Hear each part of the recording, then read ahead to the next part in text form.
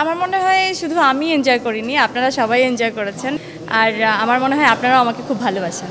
আমার কাছে প্রত্যেকটা অ্যাওয়ার্ডই অনেক বেশি স্পেশাল, আমি বরাবরই বলি এটা।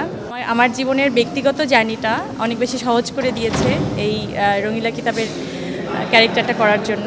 আর যেভাবে ক্যারেক্টারটাকে সবাই বেশি ভালোবেসেছেন, যেভাবে সবাই বলেন রঙিলা কিতাব 2 কবে আসবে, আমি আসলেই আপনাদের প্রতি অনেক বেশি কৃতজ্ঞ।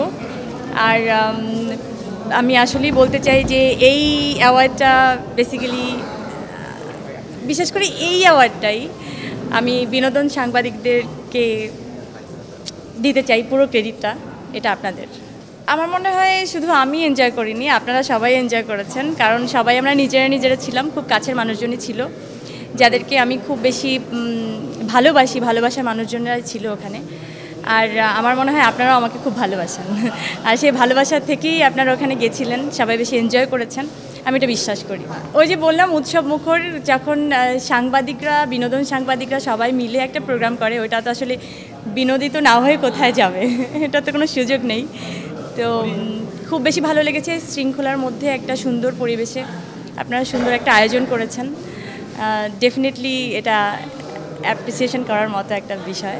ডোডোর গল্প খুব এখনও তারিখটা আসলে নির্ধারিত হয়নি, খুব তাড়াতাড়ি হয়তো রিলিজ ডেটটা সবার সামনে চলে আসবে।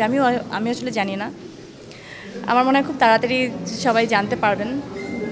দেখা যাক, আমিও অপেক্ষা করছি সবার মতো।